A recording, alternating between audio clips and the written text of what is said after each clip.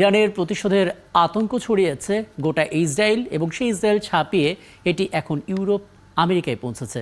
ইসরায়েলে হামলা না করার জন্য ইতোমধ্যে ইরানকে সতর্ক করে যুক্তরাষ্ট্রের প্রেসিডেন্ট জো বাইডেন বলেছেন, ইসরায়েলের ওপর যে কোনো হামলা হলে দেশটির পাশে থাকবে যুক্তরাষ্ট্র। সম্ভাব্য হামলা মোকাবেলার প্রস্তুতি নিতে এরই মধ্যে শীর্ষ কর্মকর্তাদের সঙ্গে বৈঠকও সেরে ফেলেছেন ইসরায়েলের প্রধানমন্ত্রী বেনিয়ামিন নেতানিয়াহু। ওদিকে মার্কিন সেনাবাহিনীর যে সেন্ট্রাল ফোর্সেস সেন্টকম তার সঙ্গে বৈঠক করেছেন ইসরায়েলের প্রতিরক্ষা মন্ত্রী। আর ইরান নতুন করে আবারও হুমকি দিয়ে বলেছে, যদি ইসরায়েল এবং ইরানের মধ্যকার দ্বন্দ্বে যুক্তরাষ্ট্র নাক গলায় তাহলে মধ্যপ্রাচ্যে অবস্থিত মার্কিন ঘাঁটিতেও হামলা চালানো হবে। বিস্তারিত আলাপে যেতে চাই। আমাদের সঙ্গে আছেন এই মুহূর্তে আন্তর্জাতিক সম্পর্ক বিশ্লেষক অধ্যাপক ডক্টর ইমতিয়াজ আহমেদ। ডক্টর ইমতিয়াজ আহমেদ, আপনাকে স্বাগত জানাচ্ছি এবং অনেক ধন্যবাদ জানাচ্ছি আপনি আমাদেরকে সময়টা দিয়েছেন। খুব সংক্ষেপে ছোট করে আমি তিনটি বিষয় আপনার কাছে জানতে চাইবো, যে তিনটি আসলে সাধারণ মানুষ আসলে সামাজিক যোগাযোগ মাধ্যমেও জানতে চাইছেন। ছোট করে যদি একটু বলতেন। বলা হচ্ছে যুক্তরাষ্ট্রের গোয়েন্দাদের বরাত থেকে যে 48 ঘন্টার মধ্যে হামলা করতে পারে ইরান, এবং প্রায় যুদ্ধ পরিস্থিতিতে পৌঁছে গেছে ইরান আর ইসরায়েল।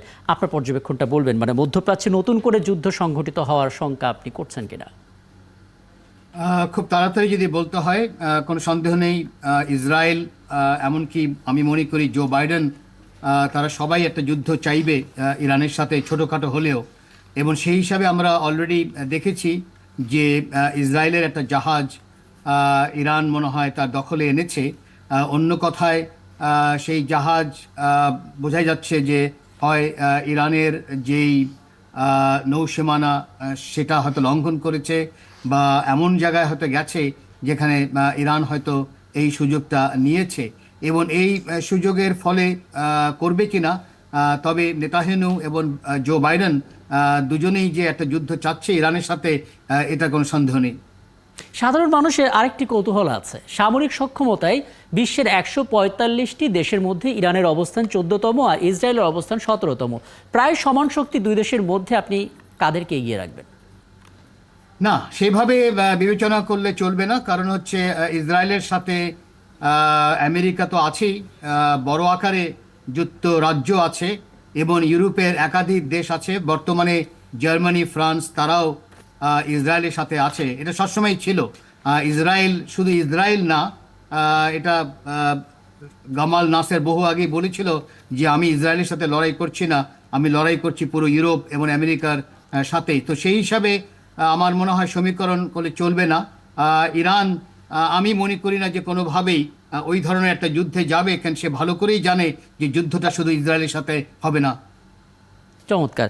আরেকটি বিষয় একটু বলবেন, মানে ইরান এটা বলেছে, যদি যুক্তরাষ্ট্র ইসরায়েলের পাশে দাঁড়ায় তবে মধ্যপ্রাচ্যে মার্কিন ঘাঁটিতেও তারা হামলা করবে।